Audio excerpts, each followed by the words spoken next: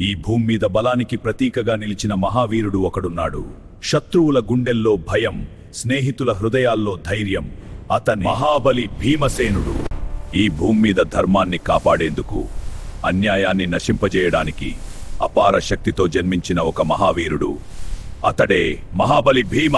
హిమాలయ గురువుల వద్ద విద్యభ్యసిస్తున్నారు. పాండవులు గురువుల వద్ద విద్యను. అదే సమయంలో అడవిలో నుండి ఒక మహారాక్షసుడు వచ్చి గ్రామాలను నాశనం చేయసాగాడు. అడవిలో ఒక మహారాక్షసుడు గ్రామాలను నాశనం చేస్తున్నాడు. అతడిని ఓడించగలవారు ఎవరు? అర్జునుడు, నకులుడు, సహదేవుడు ప్రయత్నించినా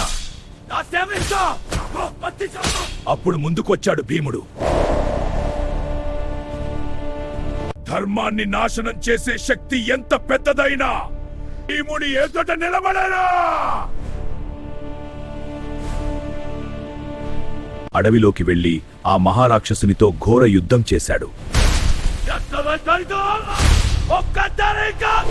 అడవిలోకి వెళ్లి ఆ మచ్చనతో గొస్తబురొయ్యే చెట్లను విరగదీస్తూ, పౌర్ణిని కదిలిస్తూ ఆ కప్పు పారమంతా ఒక్క ఘోరమైన దెబ్బ. ఇక్కడతో అతిథి